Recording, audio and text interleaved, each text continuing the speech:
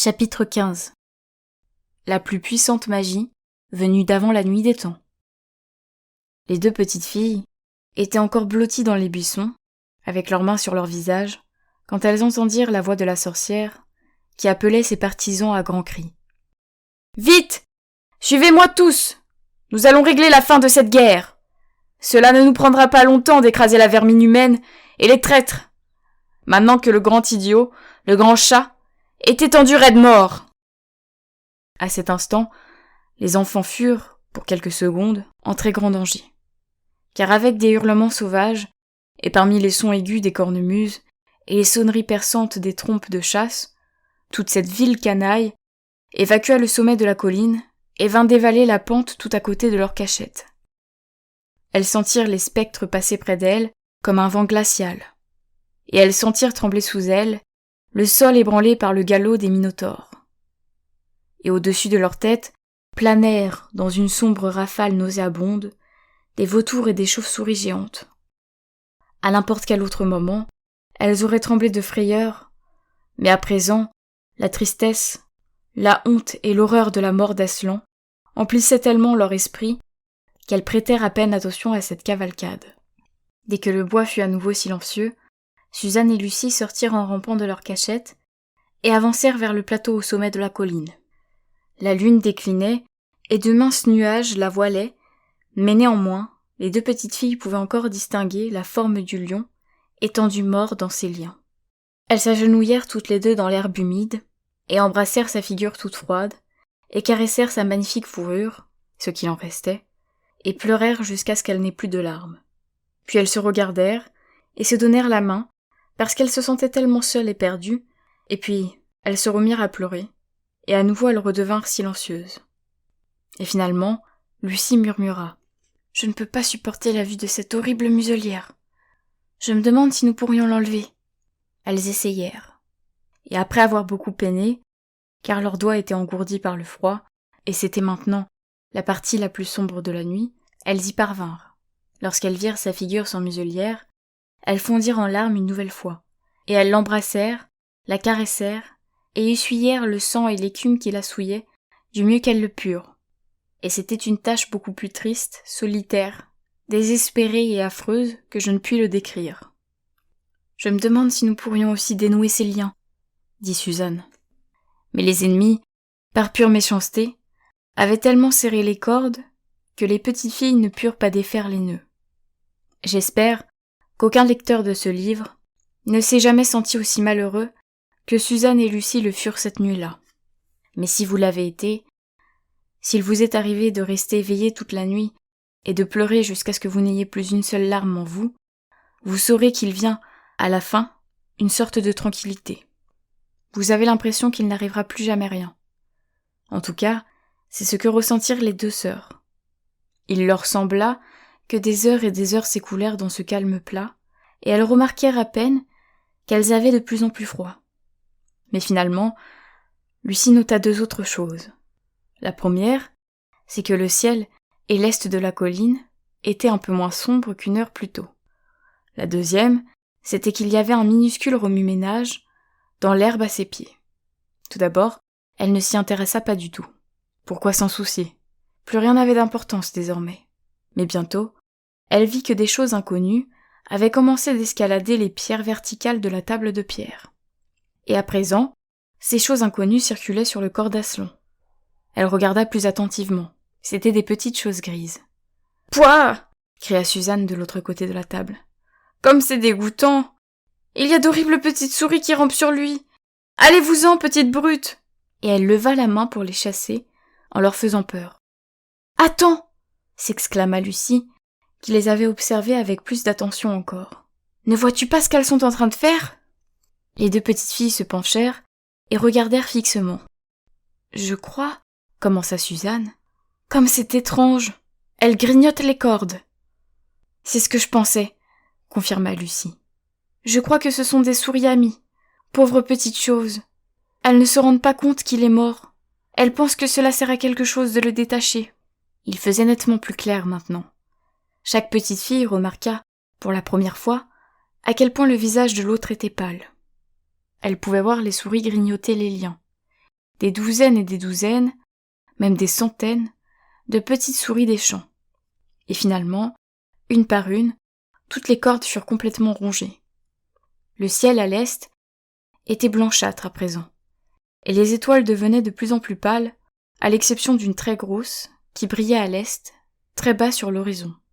Lucie et Suzanne sentirent qu'elles avaient encore plus froid que cette nuit. Les souris partirent en rampant. Les petites filles enlevèrent les restes des cordes rongées. Aslan avait l'air de nouveau lui-même sans ses liens. Sa figure morte devenait de plus en plus noble au fur et à mesure que la lumière augmentait et qu'elle pouvait mieux la voir. Dans le bois derrière elle, un oiseau poussa un petit cri rieur. Tout avait été tellement silencieux pendant des heures et des heures que ce bruit les fait sursauter. Puis un autre oiseau répondit. Et bientôt, il y eut des oiseaux qui chantaient dans tous les alentours. C'était vraiment l'aube désormais, et non plus la fin de la nuit. « J'ai si froid !» murmura Lucie. « Moi aussi !» dit Suzanne. « Marchons un peu. » Elles partirent vers l'est, jusqu'à la crête de la colline. L'immense étoile avait presque disparu. Tout le paysage avait l'air gris foncé, mais au-delà, au bout du monde, la mer déployait une pâle clarté. Le ciel commençait à rougir. Les petites filles marchèrent de long en large et firent d'innombrables voyages entre le corps d'Aslan et la crête de la colline pour essayer de se réchauffer, mais que leurs jambes étaient fatiguées. Alors qu'elles s'étaient arrêtées un instant pour regarder la mer et Kerparavel, elles pouvaient juste le distinguer à présent, le rouge se changea en or, le long de la ligne où la mer et le ciel se rencontraient, et très lentement apparut le bord du disque solaire. À cet instant précis, elles entendirent derrière elles un bruit énorme, un vacarme assourdissant, comme si un géant avait cassé une assiette de géant. « Qu'est-ce que c'est ?» demanda Lucie, en s'agrippant au bras de Suzanne. « J'ai peur de me retourner, » balbutia Suzanne. « Il doit se passer quelque chose d'affreux. »« Ils lui font subir un nouveau supplice !» dit Lucie. « Viens !» Elle se retourna, entraînant Suzanne avec elle. Le lever du soleil avait tellement modifié l'aspect de toutes choses, toutes les couleurs et toutes les ombres étaient changées, que pour un moment, elles ne virent pas l'événement capital. Puis elles le virent. La table de pierre était cassée en 2 morceaux par une énorme fissure qui s'ouvrait d'une extrémité à l'autre. Et Aslan n'était plus là. « Oh !» crièrent les 2 sœurs en se précipitant vers la table. « Oh, c'est trop triste !» sanglota Lucie. « Ils auraient pu laisser le corps !»« Qui a fait cela ?» s'écria Suzanne. « Qu'est-ce que cela signifie ? Est-ce encore de la magie ?»« Oui !» répondit une grande voix derrière leur dos. « C'est encore de la magie !» Elles se retournèrent, et là, resplendissant dans le soleil levant, plus imposant qu'elles ne l'avaient jamais vu auparavant, et secouant sa crinière, qui apparemment avait repoussé, se tenait Aslan lui-même. « Oh, Aslan !» s'écrièrent les 2 enfants, en le regardant avec des yeux tout écarquillés, et presque aussi effrayés qu'elles étaient heureuses. « Alors vous n'êtes pas mort, cher Aslan ?» bredouilla Lucie. « Pas maintenant, » dit-il. « Vous n'êtes pas un... » demanda Suzanne d'une voix tremblante. Elle ne pouvait se résoudre à prononcer le mot « fantôme ». Le lion inclina sa tête dorée et lui lécha le front. La chaleur de son souffle et une sorte de riche odeur qui semblait flotter autour de sa crinière l'enveloppèrent tout entière. « En ai-je l'air ?» dit-il. « Oh, vous êtes vrai, ô Aslan !» s'exclama Lucie. Et les 2 petites filles se jetèrent sur lui et le couvrirent de baisers. « Mais qu'est-ce que tout cela veut dire ?» demanda Suzanne lorsqu'elles furent calmées. « Voilà ce que cela veut dire, » expliqua Aslan. La sorcière connaissait la puissante magie, mais il existe une magie plus puissante encore qu'elle ne connaît pas. Le savoir de la sorcière remonte seulement à la nuit des temps, mais si elle avait pu voir un peu plus loin, dans le silence et l'obscurité qui précédèrent la nuit des temps, elle aurait lu une incantation différente. Et elle aurait su que si une victime consentante, qui n'avait pas commis de trahison, était tuée à la place d'un traître, la table se briserait et la mort elle-même serait vaincue. Et maintenant...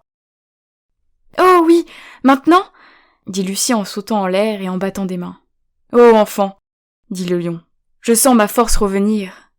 Oh enfant, attrapez-moi si vous le pouvez. Il se mit debout une seconde. Ses yeux brillaient très fort, ses membres frémissaient, et il se donnait de grands coups de queue.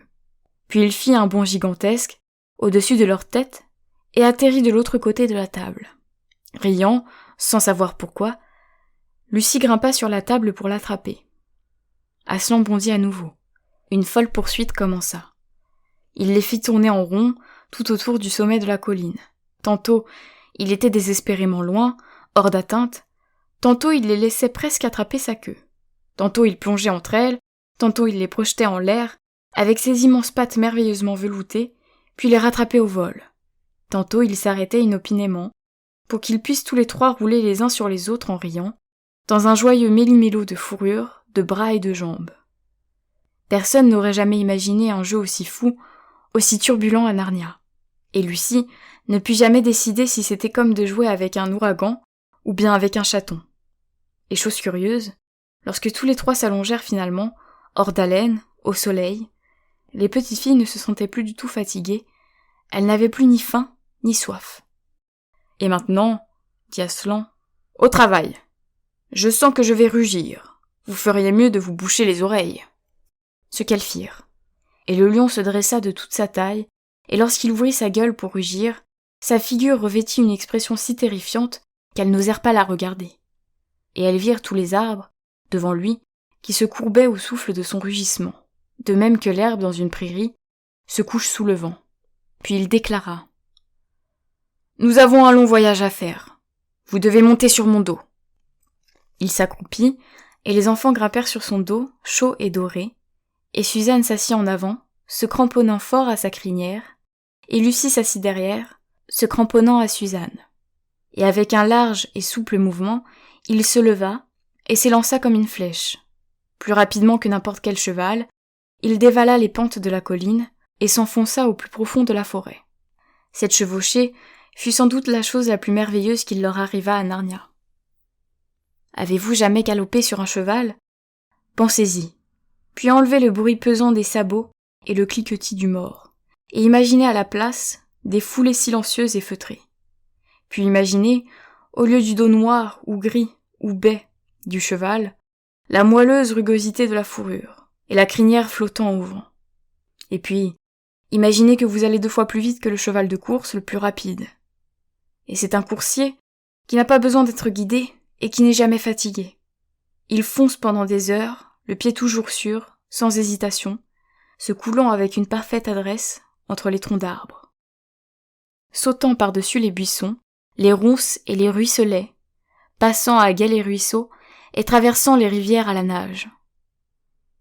Et vous chevauchez non pas sur une route, ni dans un parc, ni même sur des dunes, mais à travers le royaume de Narnia, au printemps, le long de solennelles avenues de hêtres, à travers des clairières ensoleillées, bordées de chênes, au milieu de vergers sauvages, plantés de cerisiers couverts de fleurs blanches, près de cascades retentissantes, de rochers moussus et de cavernes résonnantes, à l'assaut de pentes éventées, illuminées par des étoffes d'ajoncs, entre des escarpements de montagnes tapissées de bruyères, au bord d'arêtes vertigineuses, et par d'interminables descentes, au cœur de vallées sauvages, et à découvert, dans des champs scintillants de fleurs bleues.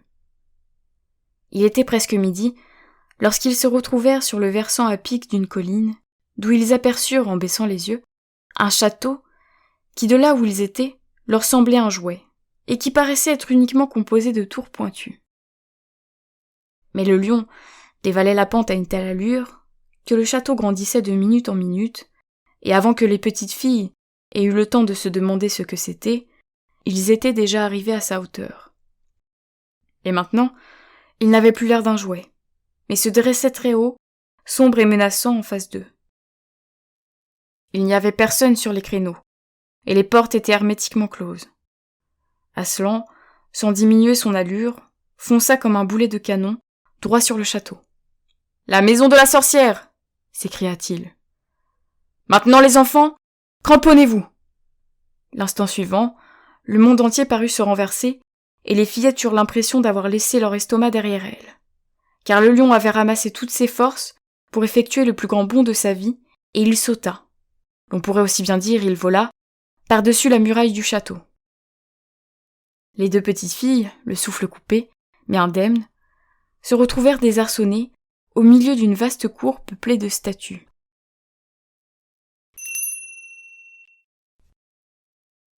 Chapitre 16.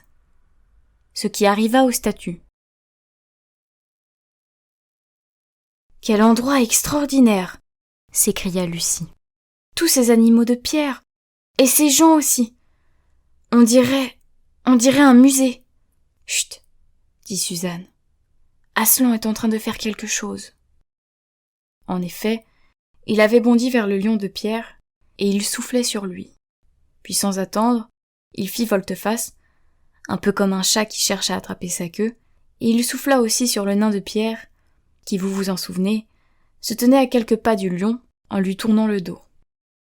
Puis il se précipita sur une grande dryade de pierre qui était derrière le nain, s'en écarta rapidement pour s'occuper d'un lapin de pierre sur sa droite et fonça vers deux centaures. À ce moment, Lucie s'exclama. « Oh, Suzanne! Regarde! Regarde le lion !» Je suppose que vous avez déjà vu quelqu'un approcher une allumette enflammée d'un morceau de papier journal froissé dans une grille contre les bûches d'un feu éteint. Pendant une seconde, rien ne semble se passer. Puis vous remarquez un minuscule liseré de feu rampant au bord du papier. C'est exactement ce qui se produisit en ce moment. Une seconde après qu'Aslan eut soufflé sur lui, le lion de pierre n'avait pas changé d'aspect. Puis un minuscule liseré d'or se mit à courir le long de son dos de marbre blanc, puis il s'élargit, et la couleur parut le lécher tout entier, comme la flamme lèche un morceau de papier. Puis alors que, visiblement, son arrière-train était encore en pierre, le lion secoua sa crinière, et tous les lourds plis de pierre se métamorphosèrent en vivantes ondulations de fourrure. Puis il ouvrit une énorme gueule rouge, chaude et vivante, et laissa échapper un gigantesque bâillement. À présent, ses pattes arrière étaient revenues à la vie. Il leva l'une d'elles et se gratta. Puis ayant aperçu Aslan, il bondit vers lui et sauta pour lui lécher le visage. Les enfants suivirent le lion du regard, mais le spectacle qu'elles virent par ailleurs était si fantastique qu'elles oublièrent bientôt le lion.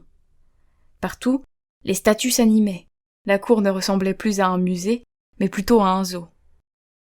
Les créatures couraient derrière Aslan, dansaient autour de lui, tant et si bien qu'il fut presque caché par cette foule. À la place de toute cette blancheur mortelle, il y avait maintenant dans la cour un flamboiement de couleurs. Les flancs châtains illustrés des centaures, les cornes indigo des licornes, les éblouissants plumages des oiseaux, le brun rouge des renards, des chiens et des satyres, les bas jaunes et les capuchons écarlates des nains, le vert frais et transparent des fées des bouleaux, et le vert presque jaune, à force d'être brillant, des fées des mélèzes. Et au lieu du silence de mort, il y avait dans la cour une rumeur joyeuse et sonore, un concert où se mêlaient rugissements, braiements, glapissements, aboiements, cris aigus, roucoulements, hennissements, piaffements, vivats, chansons et éclats de rire. « Oh !» s'écria Suzanne, d'une voix changée. « Regarde, je me demande, est-ce bien prudent ?» Lucie regarda et vit que le lion venait de souffler sur les pieds du géant de pierre. « Tout va bien !» cria Aslan joyeusement. « Une fois que les pieds sont rétablis, le reste suit. »« Ce n'est pas exactement ce que je voulais dire, » chuchota Suzanne à l'oreille de Lucie. Mais il était trop tard pour faire quelque chose maintenant, même si Aslan avait voulu l'écouter. La métamorphose avait déjà affecté les jambes du géant, et voilà qu'il bougeait ses pieds. L'instant d'après, il ôtait la massue de son épaule, frottait ses yeux et disait « Dieu me bénisse! J'ai dû dormir. Au fait, où est cette maudite petite sorcière qui courait par terre? Elle était près de mes pieds. » Tout le monde cria pour lui expliquer ce qui s'était réellement passé. Et le géant mit sa main près de son oreille et leur fit répéter toute l'histoire jusqu'à ce qu'il l'ait comprise. Et alors, il s'inclina, ce faisant, et sa tête n'était pas plus éloignée que le sommet d'une mule de foin, et il souleva son chapeau à plusieurs reprises, à l'intention d'Aslan, et tout son visage, très laid mais très honnête, était rayonnant. Les géants sont, de nos jours, si rares en Angleterre, et si peu ont bon caractère, que je parie que vous n'avez jamais vu un géant au visage rayonnant. C'est un spectacle étonnant. À présent, occupons-nous de l'intérieur de cette maison, déclara Aslan. Hardi tout le monde. Montez et descendez les escaliers. Et n'oubliez pas la chambre de madame. Cherchez dans tous les recoins. On ne sait jamais où peut être caché un pauvre prisonnier. » Et tous s'élancèrent à l'intérieur, et durant plusieurs minutes, ce vieux château sombre, horrible, et qui sentait le renfermer, résonna tout entier du bruit des fenêtres que l'on ouvrait, et des voix qui criaient tout à la fois. « N'oubliez pas les cachots! Aidez-nous à ouvrir cette porte! Voici un autre petit escalier en colimaçon! Oh, dites donc! Voilà un pauvre kangourou! Appelez Aslan! Pouah, quelle odeur! Attention aux trappes! Venez ici, il y en a beaucoup sur le palier! » Mais le meilleur moment fut l'arrivée de Lucie, qui montait les marches 2 à 2 en hurlant. « Aslan! Aslan! J'ai trouvé Monsieur Tumnus! Oh, venez vite !» Un moment plus tard, Lucie et le petit faune se tenaient par la main et dansaient de joie sans plus pouvoir s'arrêter.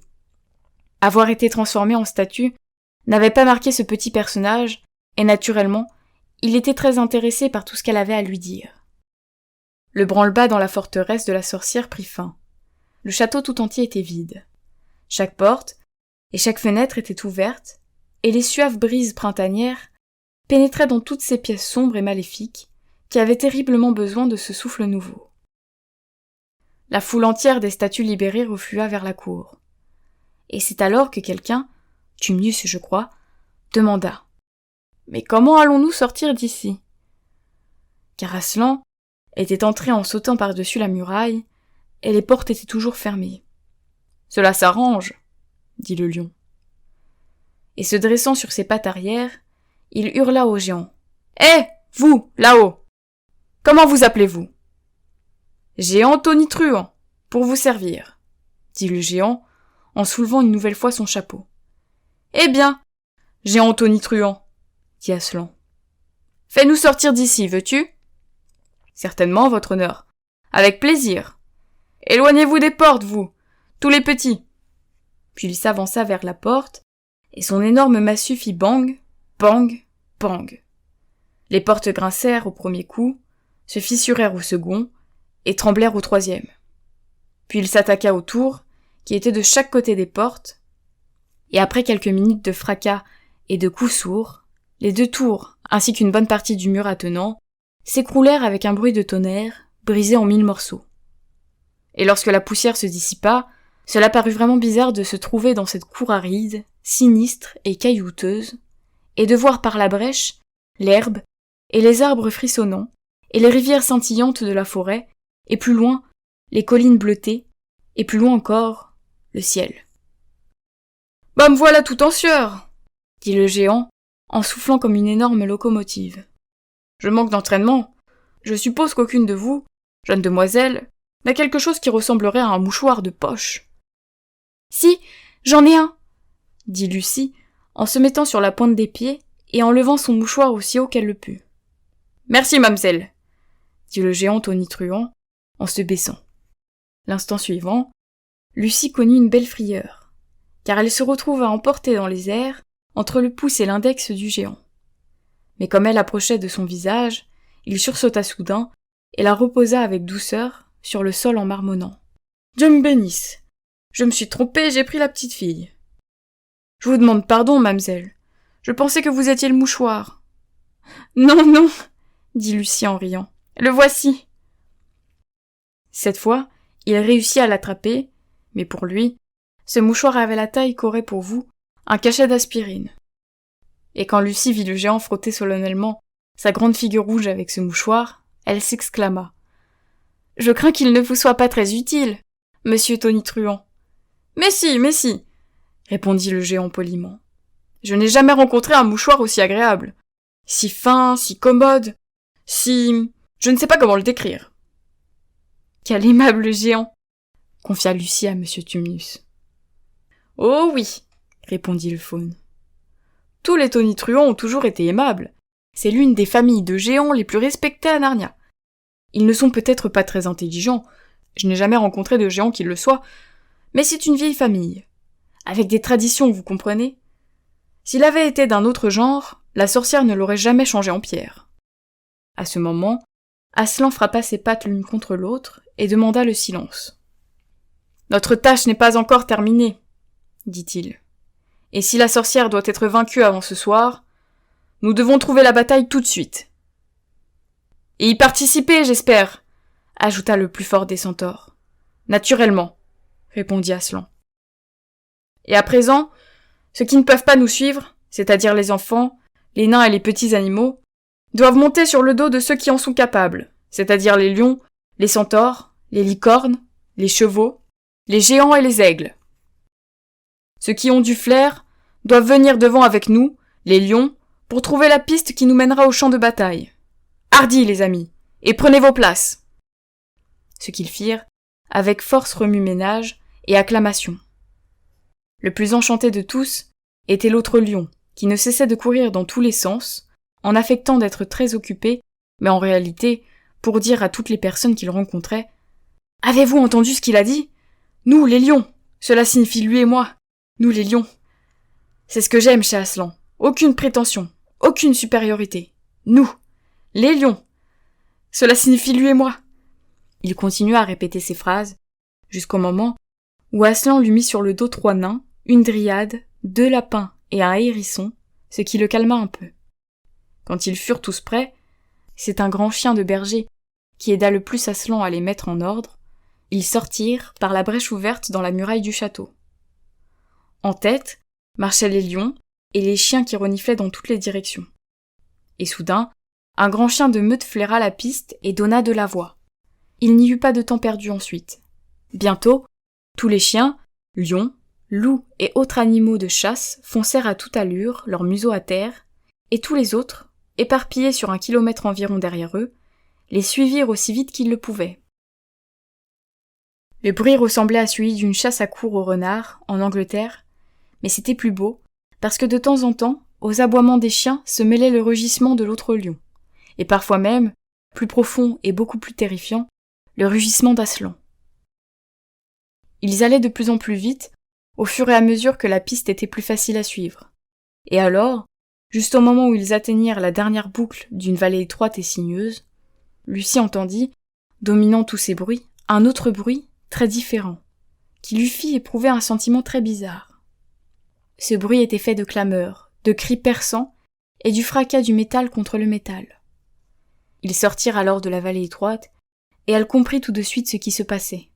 Peter, Edmund et tout le reste de l'armée d'Aslan combattaient désespérément contre la foule des êtres horribles qu'elle avait vus la nuit précédente. Mais à présent, dans la lumière du jour, ils avaient l'air encore plus inquiétants, plus néfastes et plus difformes. Ils semblaient beaucoup plus nombreux également. L'armée de Peter, qui lui tournait le dos, paraissait terriblement restreinte, et il y avait des statues disséminées sur tout le champ de bataille, ce qui signifiait que la sorcière, de toute évidence, s'était servie de sa baguette. Mais apparemment, elle ne l'utilisait plus en ce moment. Elle combattait avec son couteau de pierre. C'est Peter qu'elle combattait. Tous les deux luttaient avec une telle violence que Lucie pouvait à peine discerner ce qui arrivait. Elle voyait seulement le couteau de pierre et l'épée de son frère passer si rapidement qu'ils avaient l'air d'être 3 couteaux et 3 épées. Ces 2 combattants se trouvaient au centre de la mêlée. De chaque côté s'étirait la ligne des autres guerriers. Quel que soit l'endroit où elle regardait, il se produisait des choses horribles. « Descendez de mon dos, les enfants !» s'écria Aslan. Toutes 2 sautèrent vivement à terre. Alors, avec un rugissement qui ébranla tout Narnia, depuis le réverbère occidental jusqu'au rivage de la mer orientale, le grand fauve se jeta sur la sorcière blanche. Lucie vit son visage se lever un instant vers celui du lion, avec une expression de terreur et d'intense stupéfaction. Puis le lion et la sorcière roulèrent l'un sur l'autre, mais elle avait le dessous. Au même moment, toutes les créatures belliqueuses qu'Aslan avait guidées depuis la maison de la sorcière se précipitèrent furieusement à l'assaut des lignes ennemies. Les nains avec leurs arches d'armes, les chiens avec leurs dents, le géant avec sa massue, et ses pieds aussi, qui écrasèrent des douzaines d'ennemis. Les licornes avec leurs cornes, les centaures avec leurs épées et leurs sabots.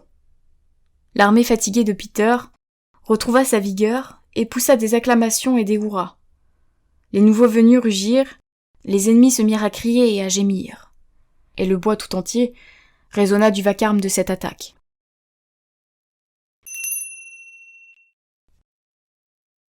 Chapitre 17. La chasse au cerf-blanc. La bataille fut terminée quelques minutes après leur arrivée. La plupart des ennemis avaient été tués lors de la première attaque, lancée par Aslan et ses compagnons. Et lorsque ceux qui étaient encore vivants apprirent que la sorcière blanche était morte, soit ils se rendirent, soit ils prirent la fuite. Ensuite, Lucie aperçut Peter et Aslan qui se serraient la main. Cela lui fit une impression étrange de voir Peter sous son aspect actuel. Son visage était tellement pâle et sévère, et il avait l'air beaucoup plus âgé. « C'est Edmund qui a tout fait, Aslan, » disait Peter. « Sans lui, nous aurions été battus. La sorcière était en train de changer nos troupes en pierre, à droite et à gauche. Mais rien ne l'aurait arrêté. Malgré 3 ogres, il se fraya un chemin vers l'endroit où elle était occupée à transformer l'un de vos léopards en statue. Quand il arriva, il eut l'intelligence de donner un coup d'épée sur sa baguette au lieu de l'attaquer directement, ce qui lui aurait valu d'être changé en statue. C'était l'erreur que tous les autres commettaient. Une fois sa baguette brisée, nous commençâmes à avoir quelque chance. Si seulement nous n'avions pas subi tant de pertes auparavant. Il a été terriblement blessé. Nous devons aller le voir. » Ils trouvèrent Edmund, gardé par Madame Castor, un peu en retrait du champ de bataille. Il était couvert de sang, sa bouche était ouverte, et son visage avait une couleur verdâtre. « Vite, Lucie !» dit Aslan. Et alors, pour la première fois, Lucie se souvint du précieux cordial qui lui avait été donné comme cadeau de Noël. Ses mains tremblaient si fort qu'elle put à peine dévisser le bouchon, mais elle y parvint enfin et versa quelques gouttes dans la bouche de son frère. « Il y a d'autres blessés, » dit Aslan, tandis qu'elle scrutait anxieusement le visage pâle d'Edmund pour voir si le cordial faisait de l'effet. « Oui, je sais, » répondit Lucie un peu irritée. « Attendez une minute. »« Fille d'Ève, » dit Aslan d'une voix très grave. « D'autres sont sur le point de mourir. Est-ce que davantage de gens doivent mourir pour Edmund ?»« Je suis désolée, Aslan, » dit Lucie qui se leva et partit avec lui. Ils furent occupés pendant une demi-heure. Elle soignait les blessés, pendant qu'il rétablissait ce qui avait été changé en statue. Quand enfin elle eut la liberté de retourner voir Edmund, elle le trouva sur ses pieds, non seulement guéri de ses blessures, mais paraissant mieux qu'il ne l'avait été depuis des siècles. En réalité, depuis son premier trimestre dans cette horrible école, où il avait commencé à s'engager sur le mauvais chemin. Il était redevenu lui-même, et pouvait vous regarder dans les yeux. Et là, sur le champ de bataille, Aslan le fit chevalier. « Est-ce qu'il sait, » chuchota Lucie à l'oreille de Suzanne, « ce qu'Aslan a fait pour lui? Sait-il ce qu'était véritablement l'arrangement avec la sorcière ?»« Chut ! Non, bien sûr que non, » répondit Suzanne. « Ne devrait-il pas être averti ?» demanda Lucie. « Oh, certainement pas, » dit Suzanne. « Ce serait trop épouvantable pour lui. Imagine comment tu te sentirais si tu étais à sa place. »« Quand même, je trouve qu'il devrait savoir, » répliqua Lucie. Cette nuit-là, ils dormirent à l'endroit où ils se trouvaient. J'ignore comment Aslan se procura de la nourriture pour tous, mais sans très bien savoir comment, ils se retrouvèrent assis dans l'herbe, devant un magnifique thé complet, à 8 heures du soir. Le lendemain, ils entreprirent leur marche vers l'est, en suivant le cours de la grande rivière. Et le jour suivant, à l'heure du thé, ils atteignirent son embouchure. Dressé sur sa petite colline, le château de Kerparavel les dominait. Devant eux, il y avait une étendue de sable, avec des rochers, des petites mares d'eau salée, des algues, l'odeur de la mer, et pendant des kilomètres, les vagues bleu-vert qui se brisaient toujours et sans fin sur la plage. Et puis merveille, le cri des mouettes. L'avez-vous déjà entendu? Vous en souvenez-vous? Après le thé, les 4 enfants trouvèrent le moyen de descendre sur la plage, d'enlever leurs chaussures et leurs chaussettes, et de sentir le sable glisser entre leurs orteils. Mais la journée suivante fut plus solennelle, car dans la grande salle de Kerparavel, c'est une magnifique salle avec un toit en ivoire, le mur de l'ouest est tapissé de plumes de paon et la porte orientale regarde vers la mer, en présence de tous leurs amis et au son des trompettes, Aslan les couronna solennellement et les conduisit sur les 4 trônes parmi les cris assourdissants de « Vive le roi Peter! Vive la reine Suzanne! Vive le roi Edmund! Vive la reine Lucie! Celui qui est une fois roi ou reine à Narnia, l'est pour toujours. Soyez-en dignes, fils d'Adam, soyez-en dignes, filles d'Ève, déclara Aslan. Et par la porte orientale, qui était grande ouverte, montèrent les voix des tritons et des sirènes qui nageaient près du rivage et chantaient en l'honneur de leur nouveau roi et de leur nouvelle reine. Ainsi, les enfants s'assirent sur leur trône, et des sceptres leur furent remis, et ils distribuèrent des récompenses et des distinctions honorifiques à tous leurs amis, à Tumnus le faune, au castor, au géant tonitruant, au léopard, au bon centaure, au bon nain et au lion. Et cette nuit-là, il y eut un grand festin à Kerparavel, et des danses et des réjouissances, et faisant écho à la musique qui venait du château, mais plus étrange, plus mélodieuse et plus aiguë, s'éleva la musique des habitants de la mer. Au milieu de toutes ces réjouissances, Aslan disparut en silence. Et lorsque les rois et les reines remarquèrent qu'il n'était plus là, ils ne dirent rien, car M. Castor les avait avertis. « Il viendra et il partira », avait-il dit. « Un jour vous le verrez, et un autre jour vous ne le verrez plus. Il n'aime pas les entraves, et bien entendu, il doit s'occuper d'autres pays. C'est très bien comme cela. Il viendra souvent, mais vous ne devez pas le harceler. Il est sauvage, vous savez. Ce n'est pas comme un lion apprivoisé. Et maintenant, comme vous voyez, cette histoire est presque terminée, mais pas complètement. Ces deux rois et ces deux reines gouvernèrent bien Narnia, et pendant longtemps, et leur règne fut heureux. D'abord, ils consacrèrent la majorité de leur temps à rechercher les fuyards de l'armée de la sorcière blanche, et à les supprimer. Et bien entendu, l'on entendit souvent parler de créatures mauvaises qui se terraient dans les parties les plus sauvages de la forêt. L'apparition d'un spectre ici, un meurtre là, le passage d'un loup-garou un mois, et d'une vieille carabosse le mois suivant. Mais finalement, toute cette immonde canaille fut écrasée, et ils firent des lois justes. Ils maintinrent la paix, ils empêchèrent les bons arbres d'être coupés sans nécessité, ils permirent aux jeunes nains et aux jeunes satyres de ne pas aller en classe, ils s'opposèrent généralement aux fâcheux et aux importuns, et ils encouragèrent les gens simples, qui voulaient vivre sans histoire. Ils repoussèrent les géants sauvages, tout à fait différents du géant tonitruant, vers le nord de Narnia, quand ceux-ci osèrent traverser la frontière. Ils firent amitié et conclurent une alliance avec les pays situés au-delà de la mer. Ils leur firent des visites officielles, et ils les reçurent en visite officielle. Eux-mêmes grandirent et changèrent au fur et à mesure que les années passaient. Peter devint un homme grand, vigoureux et un valeureux guerrier, et on l'appela le roi Peter le Magnifique. Suzanne se transforma en une jeune femme gracieuse et élancée, avec une chevelure noire qui lui tombait presque jusqu'aux pieds. Et les rois des pays situés au-delà de la mer commencèrent à envoyer des ambassadeurs pour la demander en mariage. Et on l'appela la reine Suzanne la Douce. Edmund était un homme plus grave et plus silencieux que Peter. Il était imposant au conseil et sage pour rendre la justice. On l'appela le roi Edmund le Juste.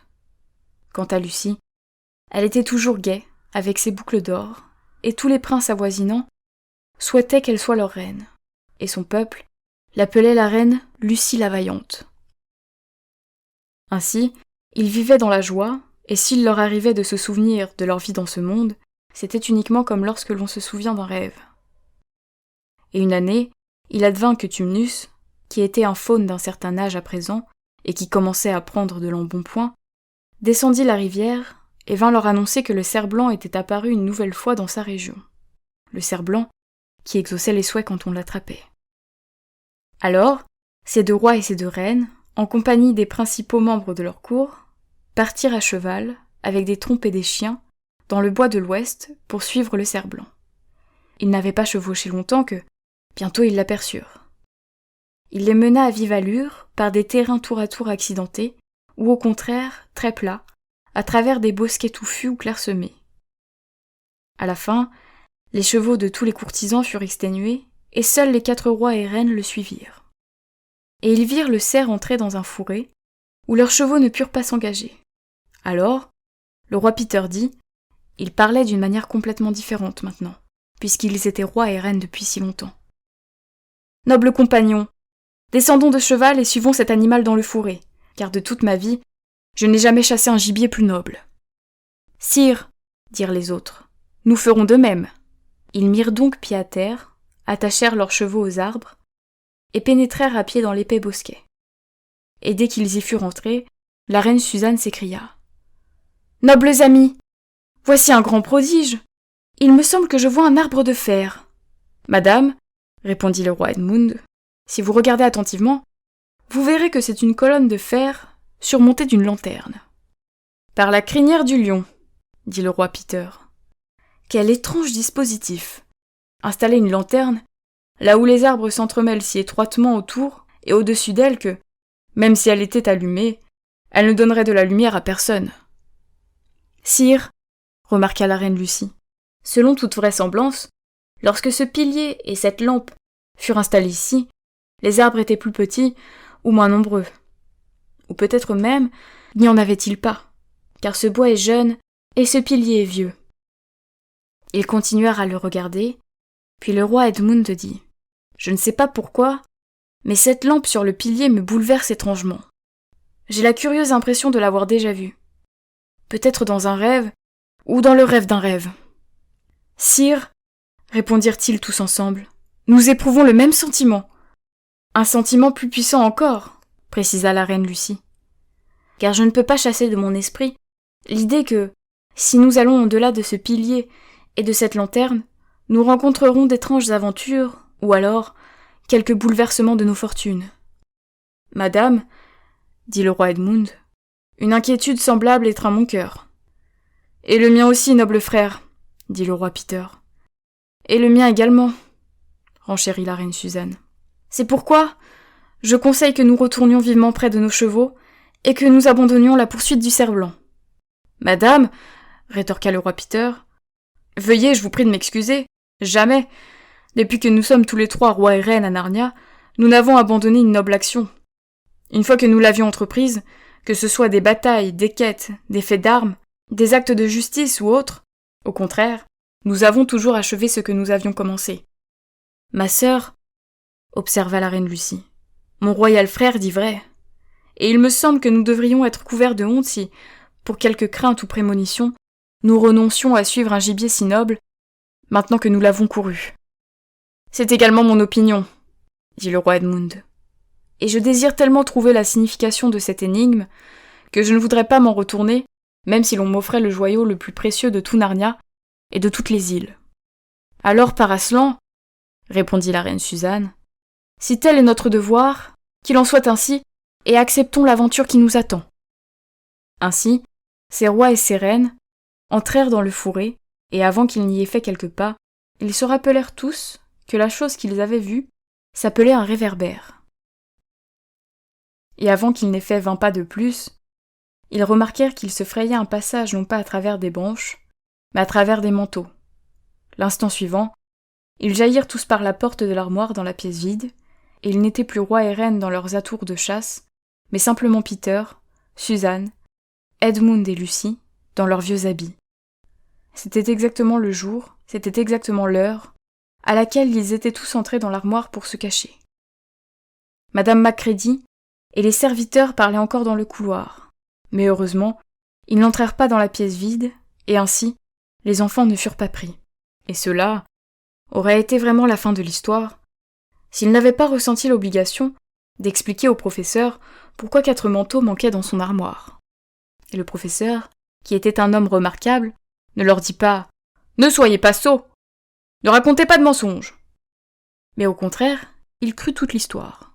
« Et, dit-il, je ne pense pas que ce soit une bonne idée de repasser par l'armoire pour aller chercher les manteaux. Vous ne rentrerez plus à Narnia par cette route. Et si vous le faisiez, les manteaux ne serviraient plus à grand-chose maintenant. Et, que dites-vous ? Oui, bien sûr. Vous retournerez à Narnia un jour. Celui qui est une fois roi à Narnia l'est pour toujours. Mais n'essayez pas d'utiliser la même route 2 fois. En fait, n'essayez pas du tout d'y entrer. Cela arrivera quand vous ne le chercherez pas. Et n'en parlez pas trop, même entre vous, et n'en faites pas mention à quiconque. à moins que vous ne découvriez qu'il a eu lui-même des aventures semblables. Qu'est-ce encore? Comment le saurez-vous? Oh, vous le saurez très bien. Des paroles bizarres, et même ses regards laisseront échapper le secret. Soyez attentifs. Dieu me bénisse. Que leur enseigne-t-il dans ces écoles? Et voici vraiment la fin des aventures de l'armoire. Mais si le professeur a raison, ce n'est que le début des aventures de Narnia.